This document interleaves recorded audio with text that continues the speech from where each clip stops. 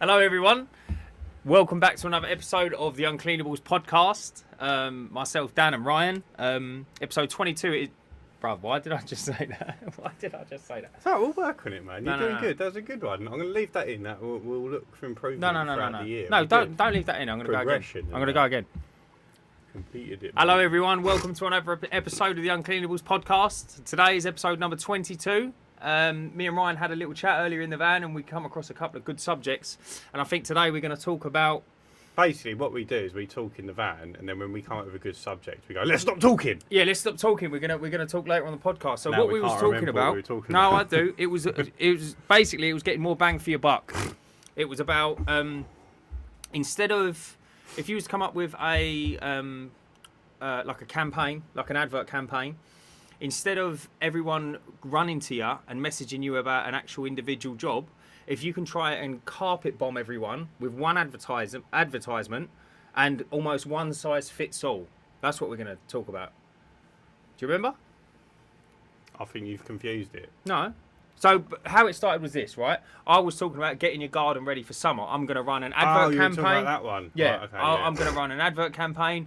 And we was chatting and a couple of good points got raised. And I said, instead of everyone, if I was to put it out there to say 30,000 people and say 1% come back at me, I mean, what's that? 6,821.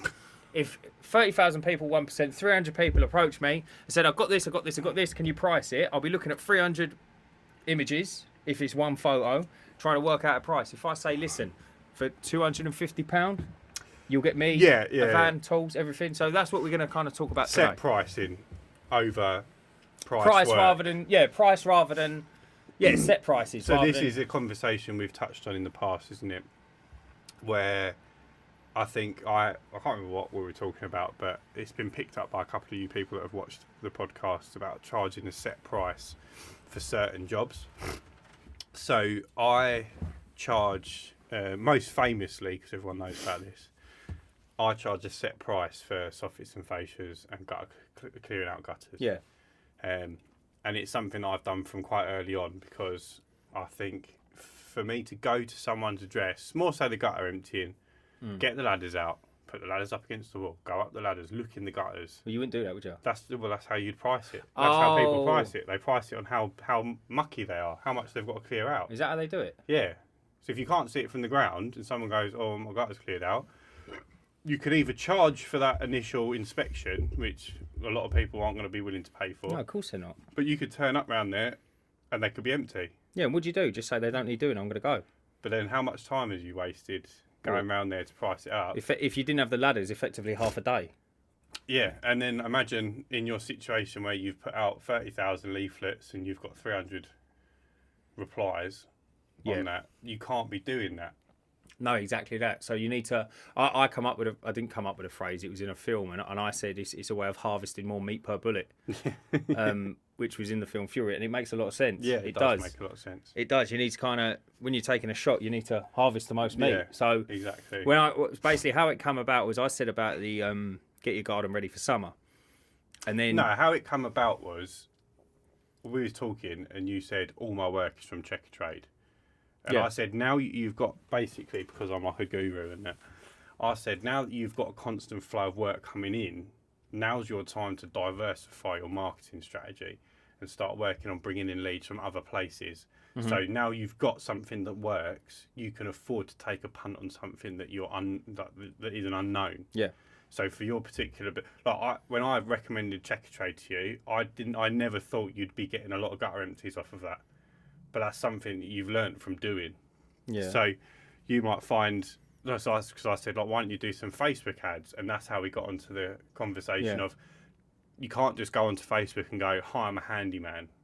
Yeah, it don't work. Here's 300 quid to Mr. Facebook, Mr. Zuckerberg, to promote my advert. A few people do get a few people do get bites on it, but like in terms of a steady income stream from it, I mean, it's hard to get steady. I just think you would get results from doing that, but you would just get better results for a specified market. Yeah, agreed. Specific. Agreed. And then I said about I was going to do one anyway. Pause. Basically, if I just start it, so I just had a call from Checker Trade, which is what we were discussing, I think, before the phone rang, we can't really remember. But because we were saying a lot of Dan's lead income is from one place. So to diversify that a little bit, because, like, for example, my checker trade has dramatically dropped since before Christmas. Yeah, likewise. And I don't know, if it's just a time of year thing or if it's something I've done wrong, but... Well, I thought mine was picking up again because I used to get... You was getting like one a day at some minimum, point, yeah, minimum. Yeah. Some days I was getting 3 a day, and I was hitting them as well, and it was beautiful. And then I got 3 today, and I thought we're back in the swing of it. Maybe there was a payday or half term or something. And then when I looked, it was the same woman 3 times. So I thought, maybe not. Brilliant. But yeah, I have noticed a drop in mine as well. But I'm fortunate enough that I've got leads coming in from a couple of different places. So I'm a little bit further along than you, so I do get that social media leads that come in. People sort of tag me and stuff, and also obviously I've got the window cleaning round, so I've got my regular customers that I can then tout for work off the back of. But we stumbled upon a just instead of digressing, let's get back on track. We stumbled upon I said I was going to run a Facebook ad anyway about clearing gardens, get your garden ready for summer, because I quite like tree work, I like being outside, all the rest of it. It's the right time of year to have it done. Exactly that, because it's coming up. Weather. And I said, and Ryan suggested the idea that I do like a special offer, and he says you're going to win on the small houses and you're going to lose on the big houses. Like, not lose, but obviously you're not going to earn as much. It was finding the right price point where the smaller houses is a nice day's work. Yeah. But the bigger houses is a bit of a slog. But the bigger houses are going to potentially provide you with because you can get an awful lot. Because while I'm there, they might say, "Can you clean the patio, or can you replace that fence panel?" And it will eventually just snowball on. Well, I think as well, statistically or stereotypically, whichever way you want to say it, the people that have bigger houses have less time to do stuff to their own houses, and more money than time. So they'd rather pay someone to do it for them than take time out of their one day off a week or whatever. When did you ever see Joe Biden or Donald Trump cutting the grass? Their houses are massive. It's the same house, isn't it? Yeah. So, it's interesting. So then we got on the topic of basically... I said to him he said, just pick up a lawnmower. The only thing I don't own is a lawnmower. I've got a domestic one, but obviously it's fit for purpose cutting my grass. You said about using your strimmer, which is a very, very good strimmer to cut the grass. Yeah. And then Ryan said, no, just buy a lawnmower. And I said, and then I'm looking at him and I'm like, yeah, but you can probably get a head adjustment. And he says, mate, for the sake of it, go and get a lawnmower. And then he said, you need to pull away, didn't you? You said, well, I was sitting in the van, I'm watching you talk, and I'm watching you make the same mistake you see a lot of small business owners make. And I am guilty. I'm just as guilty of it in my own way. And it's you're still in that starting mindset where got to save a tenner. You're not confident that the next job's coming in. But although you're laying the foundations, so you've joined the checker trade, you're sorting out. You've got good manner on the phone anyway, but you're sorting out the small little. Thanks, bro. That's all right. Love you, babe. Sorting out those small little, I can't remember the word I'm thinking of. The small little mannerisms. It's speed dumps, isn't it? You're just sorting out the little speed things dumps. you get where it's like, right, you've texted a customer, can I get some photos, or can I arrange to meet you for, the little bits that make up the process, and you're getting all that in place, and there's a few things you still don't do, which I think you should be more on top of.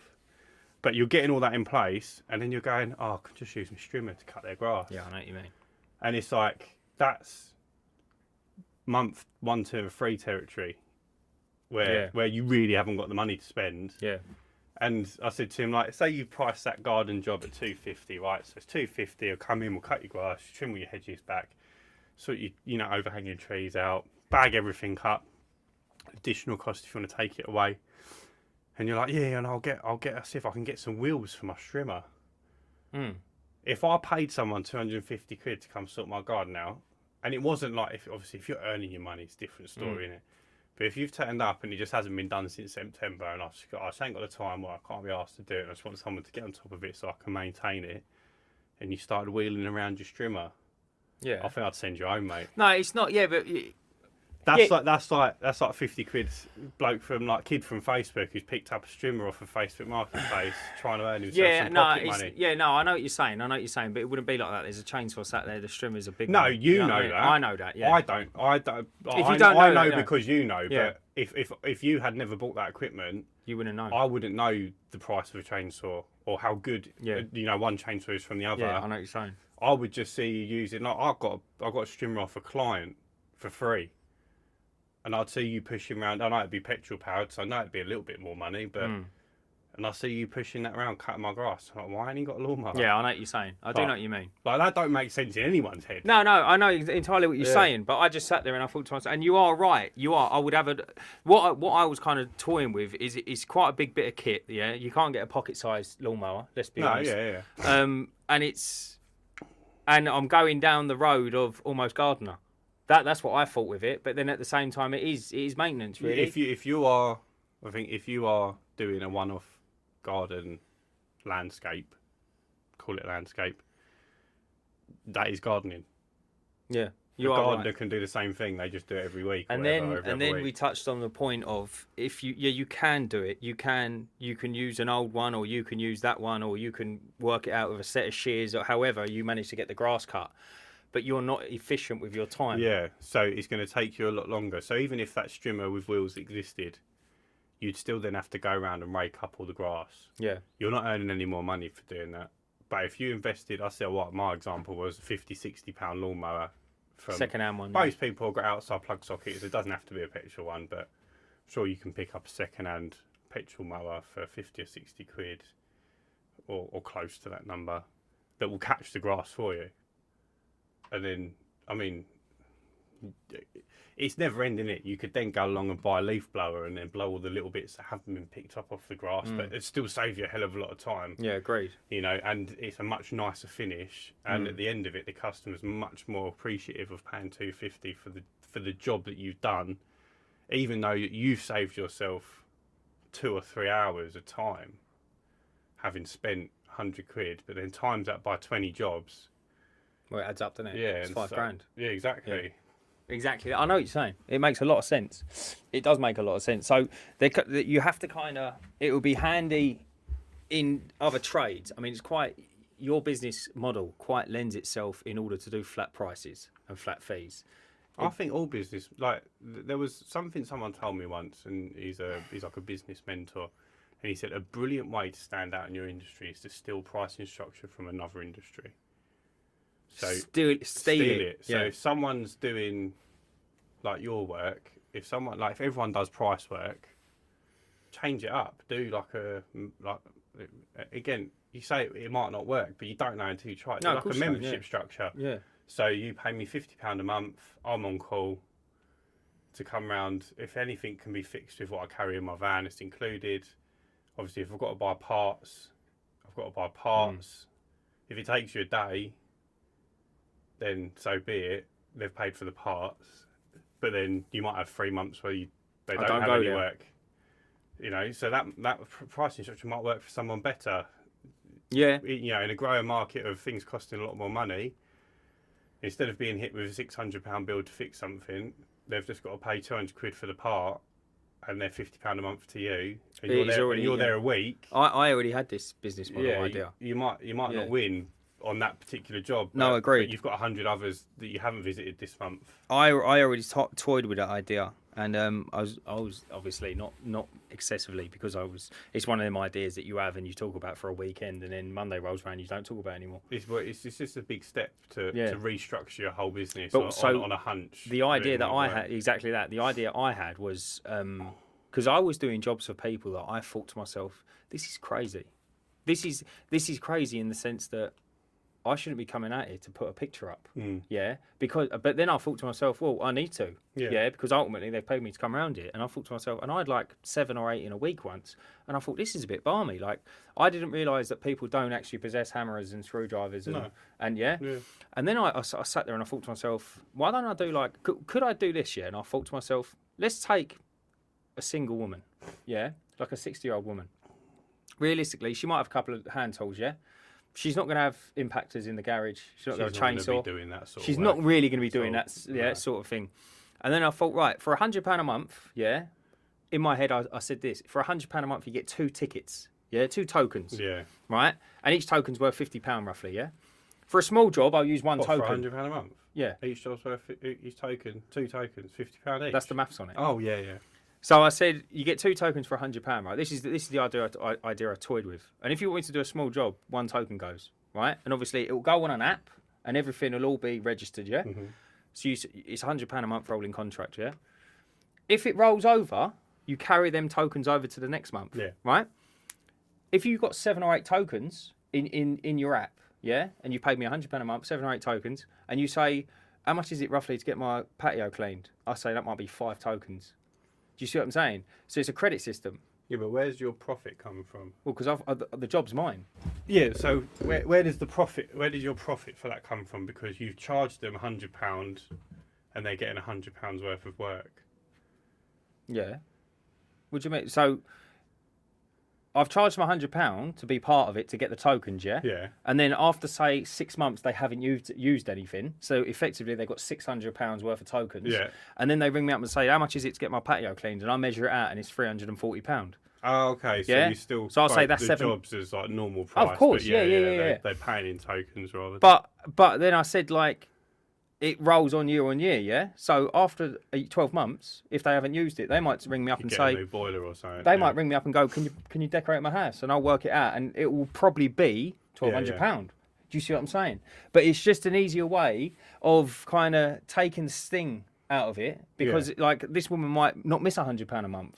No, I think there's definitely a market there. But The best example I had, push. the best example I had was a woman we know, and she's got the flat in Southend, and done no maintenance to it. Nothing, not that it was ever called for, but generally speaking, it's always good to have a little look at this, that, and the other. Like they always say, it's always good to wash your car yourself, because when you're washing your car and you're close to the paintwork, you can see if something starts rusting or something starts going wrong, and seals need changing, etc. Nothing was done on this property, and in like 15 years later, I've gone in there to do a few bits and pieces, and the thing is like it's colossal. Like the damp has just eaten all the wallpaper. Yeah. Everything's like the carpet's rotten, and you think like. And it turned out might have been something silly, like a drippy gutter. But if you done regular maintenance checks... It's almost like a insurance policy, isn't it, kind of? That's exactly what it is. Yeah, stealing the pricing structure from another. It doesn't have to be like black and white, exactly how that is, but you sort of mould it to work around your industry. And I always thought that, for some reason, what that person said to me is just always stuck in my head. So that was one of the main reasons for me to start charging a set price for stuff, because a lot of people in my industry will go round and they'll look at it, or they'll charge on how dirty it is or how long it I think that's madness. I think that's madness. Yeah, charging my dirty is. It doesn't make sense to me. Like imagine a car wash charging you by how dirty your car is. Yeah, you know what I mean? It's madness, isn't it? Well, it's just robbing, isn't it? Really, because those that need it done most will get charged the most. And also, like, they're calling you in to clean it because you're a cleaner. Like, that's what you do. That's like you saying, oh, do you want me to clean your carpets? Oh, yeah, it's red wine. Well, red wine's dearer than white wine. Yeah. And white wine's dearer than beans. Yeah. It don't make any sense, does it? Beans. Yeah, no. But, yeah, it's something I've done from very early doors. It is interesting. I think where we're getting at is you need to kind of work out a way. I think if you was going to run a campaign in terms of advertising, is to work out your X's, work out how much fuel you're going to use in a week, work out what you're happy with time-wise. Do you know what I mean? Yeah, but like what you're saying is profit. You do your profit and loss. Yeah, do your P&L. You should be doing that every month. No, I'm talking about moving forward. I'm not talking about the months just gone. No, you should be doing it every month as a business, because then you can look back and go, right, the way that I'm pricing at the moment is not bringing me in enough work for what I'm spending to get me the profit I want. Yeah, and then you make a plan and you amend. So instead of doing it for 6 months and then going, shit, this ain't working, you should know after the first month. You've nipped it in the bud, yeah. You've nipped it in the bud. And you go, right, actually, and by doing that as well, you'll see, well, I'm probably spending a bit too much on fuel, so let me reduce my checker trade radius. Because I see what you mean. Reducing your radius on checker trade, if anyone's on checker trade and they don't know this, it doesn't affect the amount of leads you get. So you still get the same amount of leads per month. They're just going to be from a closer proximity. Is that right? Yeah, that's what it says anyway. That's interesting. So I've reduced mine recently down to 8 miles because I was getting a lot of my leads from like Kent. Well, I was getting some from Kent. Yeah, I'm getting them in Kent as well. Which is no good for me, but a lot of mine were coming from like Ilford. Yeah, on the outskirts. Isn't it? Yeah, and I've got no interest in driving that far for like gutter empty. Mm. I don't mind doing it if it comes in, but when all of them are coming in that way. Yeah, the odd one or two you don't mind, do you? Yeah, and like because you might get a checker trade inquiry on the Monday, do them on the Friday, and then on the Friday or the Thursday you get another one, and you can't can't fit them in. Yeah, and then you've got to go back again the week after, and then like before you know it, you've done a 100-mile round trip. Yeah, absolutely on pointless. 2 jobs. Yeah, absolutely pointless. As profit and loss goes, it's not working very well, so that's why I reduced mine. Well, yeah, it'll add up, wouldn't it? Well, that's the sort of stuff you see. You go, right, my fuel bill has gone up. Let's have a look at why that's happened. Yeah. And you just look at each individual thing and you go, right, checker trades are good, and you'll be able to see before you've done checker trade, you look at your average income, and then you start spending the £100 a month, whatever it is, and you go, oh, my income's gone up 20%. There you go. Like on average. Yeah. So it's working. Yeah, of course it is. Yeah. So it's a green tick. But then certain things will also go up, like say fuel costs and things insurance, like that. Mate, insurance. Don't know what's going on there. Oh, we spoke about my van insurance last episode, didn't we? Do you know? Just following on from that previous thing, it's kind of made a thought in my head. Yeah. You know, like green flag in the AA. Eh? Yeah. What a thought in my head. Yeah. No. You know, like green flag in the AA. Yeah. Yeah. In a way, are their best customers the people that never call them? Yeah, of course they are. Because I'm sitting here thinking... That's how insurance companies make the most money. Yeah, but so they bank on you not needing Mate, them. are you all right? Can I Suck talk? your mother! Mate, crikey. Go on, talk about it then for the next half hour. You seem keen on it, Mush. Go on, no. No, you fly, mate. You fly. It's your show. I was agreeing with you. Fucking hell. I was going to say, because it's like 29... So, what happens? Let me tell you something. No, so it's like, what is it? Like? I'm sucking it! No, I'm joking. Carry on. It's like, what, £29 a month, £30 a month? I think it's a bit more than that, but yeah. Well, go on then. What is it, 70 quid? I think it's about that, yeah. £70 a month, yeah? I'm not sure if they've got tiers, but my brother pays about £70 Right, so £70. So your brother looks like he would go with green flags, doesn't he? Yeah. So £70 a month, right? So realistically, if everyone called them up, yeah, they'd probably go bankrupt. Go bankrupt. Yeah. See, do you know what I mean? And I know, yeah, it's just an interesting... But also, when you consider that the average like breakdown time you're waiting is like 5 hours, they must be busy then. or there's what? Or they just keep costs low by not employing many people. So that's very true. Instead of like, they can't promise you for £70 a month you're not going to be waiting for 5 hours. Yeah, and where are you going to go? Yeah. Yeah, but like if you paid maybe £400 or £500 a month, they'll come to you like you got 2 hours minimum. Yeah, or something. Yeah, I know what you're saying. It's interesting I think when you can sit there and start breaking things down, like other business models down. Yeah, it's actually quite interesting, isn't it? Yeah. So I keep banging on about James Sinclair, but I listen to a lot of his podcasts, and they were talking about. I wonder if James Sinclair listens to us. No, I feel like he would have reached out to me. Yeah, do you reckon? Yeah, because I comment on a lot of his posts. If you knew who I was. Please like me. His nan died this week and all. James Sinclair? Swear to God. What, the big, ain't he a big hotshot? The business owner, he owns like Marsh Farm and loads of other businesses. What, and his nan died? Yeah, day before mine. Fucking hell, mate. Yeah. But he's talking about Costco's business model. Mate, so, God can call in a UAV. Yeah. That's a joke, isn't it? 3 in 1 week. Do you reckon there's something like in the air? Water. Do you reckon the pressure or something in the air's changed? Mate, just everyone's old, isn't they? Yeah, well, maybe we're looking too much into it. Yeah, you definitely are. It's just one of those things that happens, isn't it?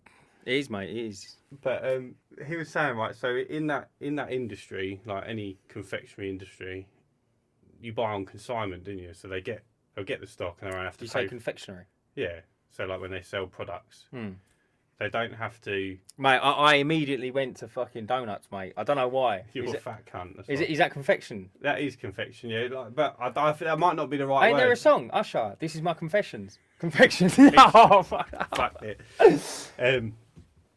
Right, so you know what Costco is, didn't you? Like you go in there, mate, you can buy like 100 fucking million Diet Pepsis. Yeah. I'm in my element. Right, go on. Around. So, Mr. Sinclair. Yeah, and he was saying when they get stock in, they don't have to pay for it for however many days, 30, 60, 90 days, 120 days, whatever. Costco turn their stock round 12 times a year. So they've already sold all the stock that they've paid for it. Before they have to pay for it. Yeah. So they've got so much cash that they don't know what to do with it. They make like $240 billion a year or something. Right. It's not really... the math ain't really mathing for me. What do you mean? So you take it on sale or return, which... you take it on a delayed payment. Yeah. Yeah, and then I sell it all. They've sold it before they have to pay for it. So, yeah. So like, if you was a builder... I know, and you I get get all it. your bricks in, you've got to pay for it 90 days later. Yeah. You might not have built the house by then. No, I know what you're saying, but I don't understand how... It's not the fucking mic's fault, mate. Jesus. I don't understand how you would have so much extra cash. You've still done the job of selling it. Yeah, but they've sold it, so they've not had to pay for anything. Of course they have to pay for it. Yeah, but they've already made their profit on it. So, I see what you're saying. So the cash influx is huge. Yeah, right. They're not waiting for their product offering. Yeah. So it's not like you buy it, you might have sold half. Yeah, it makes sense. And made some profit, and then the profit goes to pay for the stock. Over the next 12 months, then you get the next bit of profit. They sell their stock every month. That's incredible, isn't it? And you got to think how many stores they've got, how much product that is. If they're doing 240 billion a year, that's 2 billion a month in stock. But they were global, weren't they? They were worldwide. Yeah. I think they were quite big in America. So I think maybe they're buying $1 billion worth of stock. It's crazy. A month, but selling $2 billion worth of stock a month. So every month they've got $1 billion of spare cash. Cool, man. Because next month they've still only got to buy $1 billion worth, but they've still got $1 billion in the bank. So they're cash rich. What's their business model? Is it they earn enough money off of the membership? They don't need. No, I think that's. Is it the membership's the profits and they sell everything at cost, isn't it? No, I don't think that's Costco. I think that's something else. Is it? That's cash and carry in it. Apparently, I was macros. Yeah, macro. Yeah. I think macro only earn money off of memberships, and everything else is at cost. Yeah, macros is a cash and carry though. Yeah. Well, that owned by cash. But it makes sense. It does make sense. Yeah. But you don't pay for membership at macros, so I don't know. Well, no. So it's one of them basically. It's one of them ones, and that's how they done it. One of them ones. It might be Costco. Yeah, that's how they. I don't know. It might be. I don't it might know not if they're be. doing $2 billion. I can tell you something interesting. I can tell you something interesting about David Lloyd. Go on. David Lloyd apparently, his business model started. He could run each gym financially just from the calf. Really? Yeah. Just from that was how he done it. Because if you go in there, you get like a gourmet dinner. Yeah. Have you ever gone in there? Yeah, I've had like some nice smoothies. So the model was. The gym is the gym. The gym's free money. We can actually sustain the building off of the calf. How clever is that? That is good. Yeah. That is good. I learned that from a good source as well, so I do believe it. From David Lloyd himself? No, from Lloyd David. It's his son. It's his twin brother. Yeah. But yeah, then we got on to... Sorry, going back to our original points, we digressed a little bit there. We always digress. What? So Dan was like, you was watching a seminar or something about a bloke who was saying he makes 90 grand a year. Yeah, basically. Absolutely. Do you want me to tell my story that I mentioned earlier? Or do you want to fill in? Next week, Dan's not going to be on the podcast. So what it was is guy goes to a seminar and there's like this bloke talking. I don't know who he was. This was years ago, and he said like. He stands up and he says, "Oh, I'm like a consultant and I make 90 grand a year, $90,000." And he says, "I physically can't make any more because I physically can't fit any more people into my day." And he says, "I can fix it overnight, double your prices."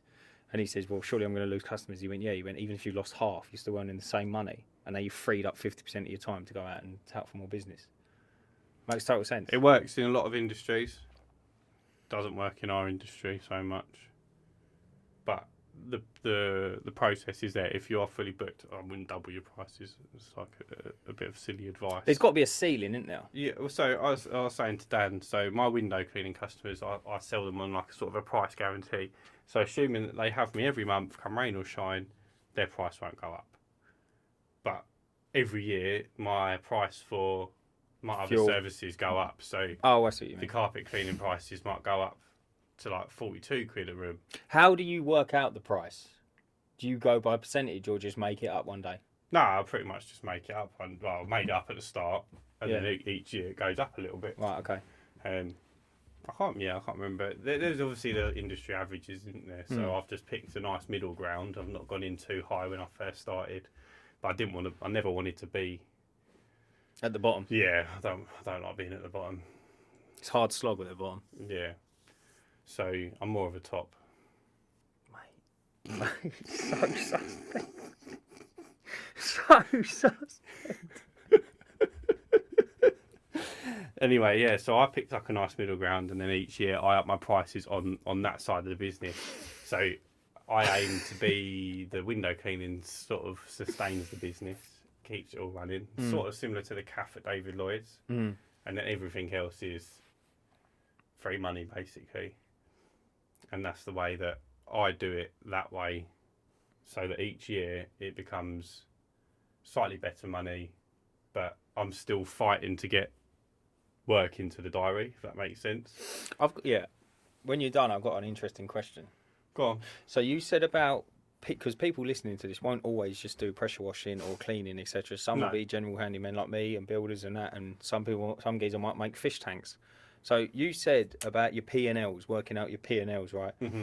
I would say, realistically, your P&Ls are going to be an awful lot heavy-ended. Your profits are going to be a lot heavier on a job than my profits, because you've got an awful lot less materials. What's that got to do with anything? So our P&Ls will completely look different. And? Well, therefore, when you say about doing it, and when you say about looking at it every month and adjusting it, I can't really read off of your textbook, can I? You're not adjusting it based on my profit and loss. You're adjusting it based on your profit and loss.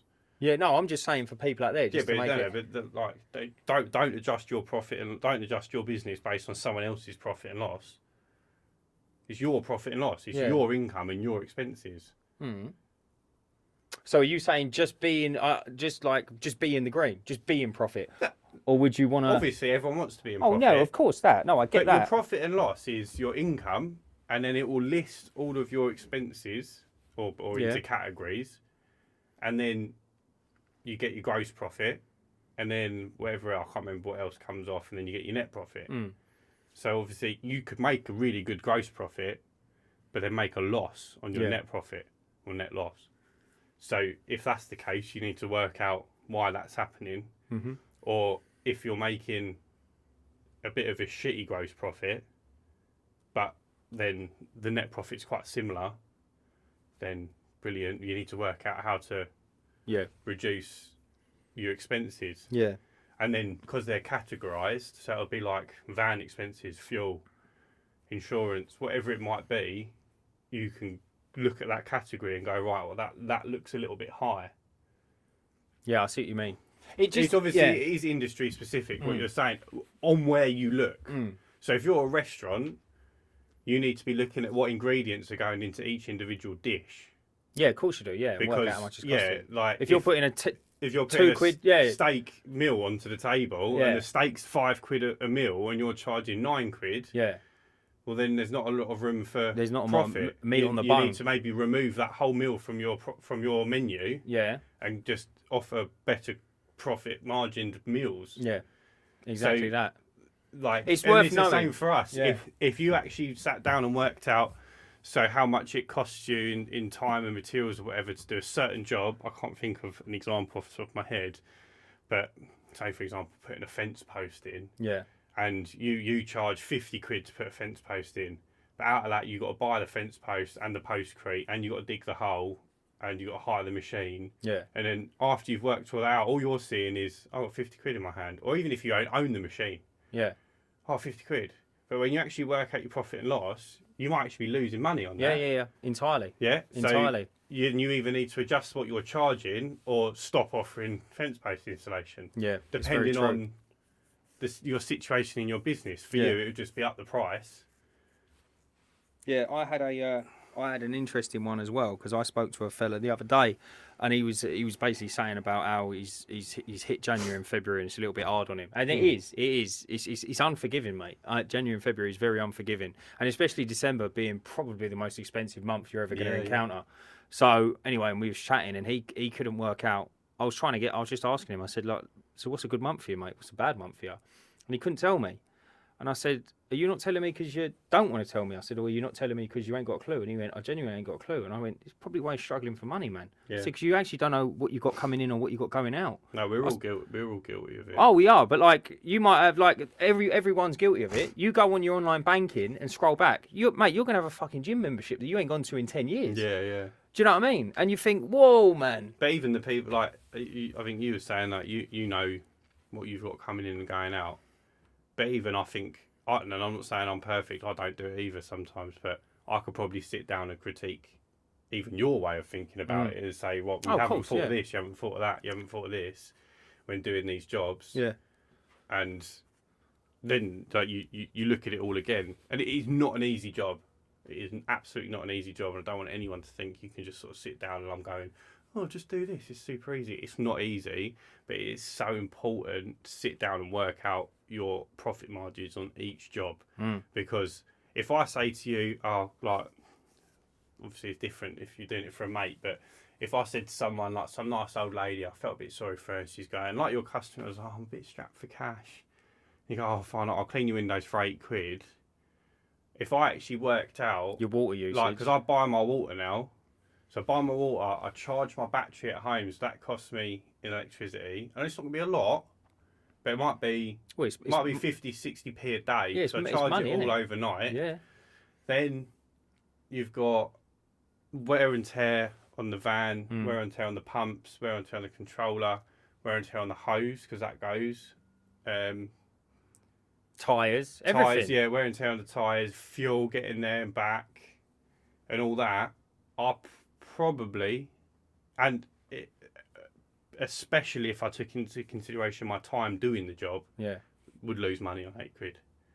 There you go. So when you know that information, you can quite confidently say, I have a minimum charge for this reason. So then if you know at absolute minimum it's going to cost you £9.50 to go and do a window clean, you can say my minimum charge is £15. Yeah. And at least you know you're making Makes total sense.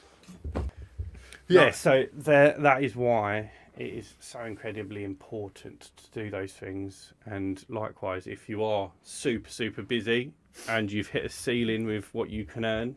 I can follow on from this beautifully. Go on. Right, so I had I see you shining, my boy. I had a customer.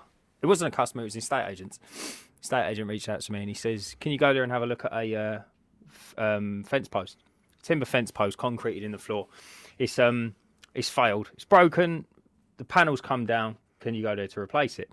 I said, I'll go there and have a look, right? So you've got to go there and have a look at everything. Access, bits and pieces like that. So I go in there and it's right behind a rose bush. Fantastic. Yeah. So I know I'm coming away scratched to bits. You're used to having small pricks, aren't you? Mate, God stuck one to my body. So, right behind a rose bush, concreted in. It's obviously failed, so it's broken. So you can't hoist it out. You've got to break it out. Mm-hmm. There's a patio behind it in the neighbour's garden. Oh. So everything's stacked against you, yeah? It's not in the middle of a field, nice and easy. You can't get the van in there, side access. I said, yeah, I can do it. And I think I quoted something like, to supply and fit fence panel, fence post, dig the old one out, get rid of it, new one in, sort everything out. I think I quoted $250, yeah? And if anyone jumps on it and says it's dear, I've done it before. I think that's very reasonable. Actually. I've done it before and I got paid for it before, so I know it ain't bad. It's a nightmare.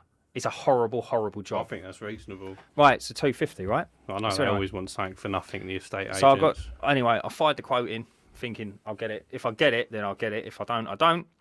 So I'm on another job for this same estate agent a couple of weeks later. Geezer pulls up. I know the fella.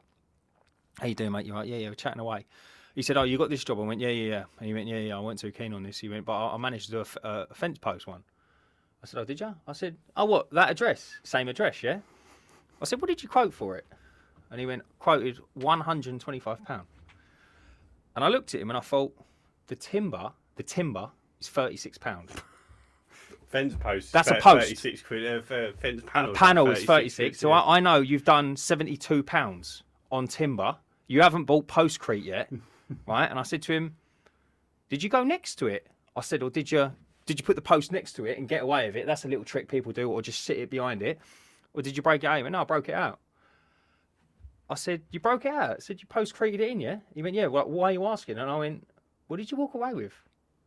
And he went, 125. Right. Yeah. Do you see what I'm saying? And I went, "What did you walk away with?" And he got all sheepish. And I went, "What did you walk away with, mate?" And I'm sitting there adding it up. It easily is a long un. It's easily a long un in materials. Probably a little bit more than that. And he was like, "Oh no, but I've got a mate who gets timber for this, and I've got a mate who gets the fence panels for that, and I've got a mate." And I think, yeah, but you shouldn't be using that. That's the aces up your sleeve. Yeah. And if it is, you still shouldn't be doing jobs for half price. Do you see what I'm saying? Race to the bottom, mate. And I looked at it and I thought, I would not do that job for 125 quid. Like I'd be on the limit at 125 quid. I'd probably be doing the job for 80 pence if I quoted it at 125. Yeah. And I thought, I don't know, maybe you don't need the money. I thought maybe he just wants a bit of beer money, but I think it's a lot of slog to do. There's no fucking beer money left. It's a lot of slog to do for beer money, mate. On That's your hands and knees. work for 30 quid, isn't it? Yeah, and I'll be honest, it's a horrible job. You're breaking out, you've got to pick up the Kango, then you've got to get all the concrete out. If it's raining, it's raining. Yeah. You know what I mean? You ain't running out underneath the shelter. And I just thought, maybe, big man, if you sat there and worked it out. Do you know what I mean? This is why they say like 80% of businesses fail in the first 5 years or so. I don't know what the statistic is. But then it's high, isn't it? Yeah, it is because high. People don't work this stuff out. And it's so very important. And it's more important than the work you're doing. So people get starstruck with the numbers. So someone comes in and goes, "What is it? Your mate who, I mean, he hasn't really got a business as such, so it's more of a side hustle. So for him, it was fine. But if you're running a business, right, and this bloke asked to paint a house, it was 7 days' work, wasn't it? And he put the quote in at 800 quid. So it's like minimum wage. He's quoted for that. Yeah, about that. Yeah, about that. But 100 something a that day. that was a Saturday and Sunday, and that it wasn't like Monday to Friday, skip the weekend. Yeah. Then Monday, Tuesday. It was a 7-day slog for 800 quid. He don't drive, so he has to get public transport to and from the job. So like you saying, if something goes wrong, you can't quickly I can't get a bus down to Screwfix and pack. Yeah. I appreciate he didn't have to pay for the materials, but I think sometimes that's actually worse, because if the customer's provided you with poor quality equipment, that can make your job harder. Yeah, agreed. Rather than using what you like to use and knowing what you know to use. Yeah. So you've got all that, and you can imagine it now. The blokes, "Oh yeah, can you paint this house? I'm renting it out or whatever."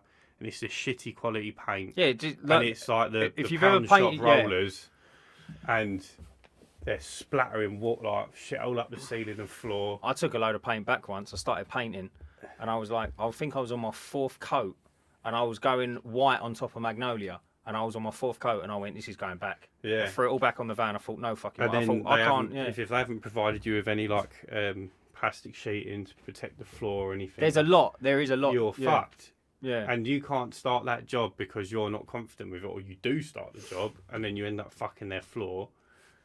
And then but then there's the element of the price is all right? There's the element as well of I can't beat a man if he don't drive, yeah. But he hasn't got the X's. But this is where you really have to compartmentalise your brain.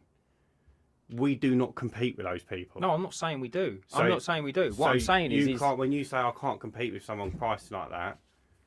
No, I'm not here to beat them. No, I'm not, yeah, that's it. No, I know that. It's all right for him. Yeah, this is what I'm it's saying. All right for him because he's got a side hustle. Yeah, it's not a business. Yeah, but given the opportunity in front of the person making the decisions, personally, I feel like I could sell them on the fact that his price is cheap for this reason. I know what I'm doing. I'm an expert at this. This is what I do. This is the equipment I use. I appreciate you're happy to provide the equipment, but I'm not happy to use it. You know, I'm happy to use my own equipment. That's why there's a premium. It'll be done to a better standard. Yeah. You know, there's insurances in place in case something does happen. That bloke's not going to have those insurances in place. And yeah, you might have done some work for you in the past and it all been fine, but there's a first time for everything. If he kicks the paint pot over and it goes all over your carpet, what's going to happen? It ain't coming out, bruv. Or if it does come out, you're doing 300-400 quid in carpet cleaning. And it's like, if you get me to paint your house, I can clean it for you. But do you see what I'm saying? Yeah, of course I do. And it's like, if I've got the insurance and you don't want it cleaned, it'll get replaced. Insurance is there. Yeah, I know exactly what you're saying. But you pay peanuts, you get monkeys, didn't you? Yeah. Or, yeah, I mean, yeah. Yeah, if you used to whitewash everything and be like, yeah, pay peanuts, get monkeys, you are right. Then there's the element of, there's a retired old geezer might look after your garden. Like, my neighbour's got a man that comes round, and he's a retired man.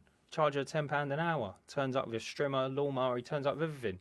And I think he just likes being outside and being in a nice garden. And he does a spectacular job. There's lots of people that do stuff like that. But it's like, you can't, like, if I was to go around there and she said, can you cut that tree down? Yeah, I can, but I can't compete with him. I can't charge you £10 an hour. No, but then at the same time, right, and this is where it gets a little bit of a grey area. If that bloke's not insured and she hasn't checked he's not insured, and he goes to cut her tree down and he's on a ladder and he falls off, dies, she's liable. Liable? Customer's liable. Really? Yeah. But then liable for what? For his death, because she's let him work in his garden uninsured. What, so she gets done for manslaughter? She can do, if the family decide to press charges. That seems mental, doesn't it? Well, that's how the world works. So what insurance would he need? Public liability? Yeah. But it's her, so it's the homeowner's job. Really? To ensure that you are insured. Oh, this is why Checker Trade asks to see everything. Yes, so exactly it's easier to go. Yeah, so they pre-vet us. Ah, I see. So if you let, so this is how I sell my roof cleaning quotes. I'm going to be more expensive than a couple of other people that you ask for a quote, and they're in, the 3 digits. I'm in the 4 digits. Well, the reason they're in the 3 digits is because they're uninsured. They're going to climb up a ladder, stand on your roof. Yeah. But if they fall through your roof and break both their legs, they can sue you because they're not insured and you haven't checked they're insured. And you've let them onto your roof. You've allowed them to do it. That's mind-blowing. You've asked them to come and do it. That's mind-blowing. Yeah. I'm not sure on the exact laws, but it's something along them lines. It's something to consider, isn't it? It definitely is something to consider. It's the most important part of running a business is making sure you've ticked your boxes. Yeah. Dotted your I's and crossed your T's. Because mate, that's unbelievable. It's unlikely someone's going to do that. Yeah. But if someone does do that, you're out of the game. Well, at least, yeah, exactly. Big time. You've only got to happen to once, isn't it? And it's game over. And whether it would hold up in court, I don't know. If the old boy that comes round and does the gardening happened to fall off the tree, hit his head on the floor, have a stroke and die, and then it turns out that he's got 15 clients, and it could have been anyone, whether it would hold up in court. But I know that it's not, you're not allowed to do it, basically. It's not ideal. So, well, listen, thanks for ending it on a positive note, mate. Now all our listeners are all in tears and crying. Check your fucking P&Ls. Yeah. Check you're insured. Make sure you're insured. And we should have a link on the bottom there for cheap public liability. If you're an insurance company watching this and you want to sponsor the podcast, please let us know. But yeah, I'm going to quickly do our little spiel at the end. Yeah, do the spiel, mate. Tell the joke. The spiel. I haven't got the joke to tell. We can just look at Dan's face and laugh for the next 25 seconds. You can look at my P&Ls and have a laugh. That'll be today's joke. But if you have enjoyed today's episode, guys, and you are a podcast listener, if you get 2 minutes, if you can pop onto the rating section. I don't know where it is. I haven't looked, I must admit. But give us a 5-star rating if you enjoyed it. If you didn't enjoy it, just don't bother with doing that because no one wants a 1-star review. You just ruin our days. If you are a YouTube watcher, leave a comment, drop a like, share with a friend. Do you want to add anything? No, share it. Yeah. Yeah. Drop us a like. Share that Let us shit, know man. if you're watching it, mate. Just let us know you're watching it because it's just good for us to know Yeah. and who we've reached, where we've We reached get- geographically. We It's get great. quite a few watches on YouTube now. I think the between statistics. 20 and 40, depending on how good the title is. The statistics said as well. We got a couple of viewers in Germany and a couple in America. So if you're in there, shout out where your town's from Just, let us know where you're from, man. because it would be just cool to know. We get proper excited about that sort of stuff. Like we text each other, like and we lost a subscriber the other day. And we know you ain't watching it now, but fuck you, man. Mate, we nearly poured a beer for him. Yeah. We poured a bit of Henny on the You curb. unsubscribed, then both our nans died. So I hope you're happy. Yeah, I hope you're happy. That's a good joke to end with, isn't it? We're going to wake up to one subscriber now. You've said that. No, people aren't that harsh. No, they'll be all right. But no, let us know where you're from because it'll be cool to know. Yeah, do that. And we've got 2 new lights, so I don't know if you can see the quality, but it's slowly getting there. We're ready for the guests, man. Yeah, we've got I'm the buzzing chair. for the guests. We've got a guest coming. I don't know when he's going to come. Who do we want on first? Let us know who you'd like to see us come on. Like other industries. We've got a wide variety of the pool to choose from locally. That's a good shout because I'll tell you why. Because I've got someone I can bring on, and I know it sounds silly, but he runs a just spitballing. He's a fella I know from the gym. He runs a company that does he makes shock absorbers. Yeah, something different. But it's a very big business. I think he generates probably over £1 million a year. Yeah, and he could come on. But listen. Is all our viewers handymen and pressure washers? No, they're not. I don't think. Do you know But what I mean? we would like to know what you would like to see from the guests. Yeah, So and we can only provide, where we're at now. If we can bring someone on who's been in business longer, or has a bigger clothing business, industry, or a shoe industry, anything, yeah. or just if you've got any questions you'd like answered as well, that would be a handy one because we always like interacting with you guys. But anyway, we will wrap it up there, and we will catch you in the next one. Stay cleaning.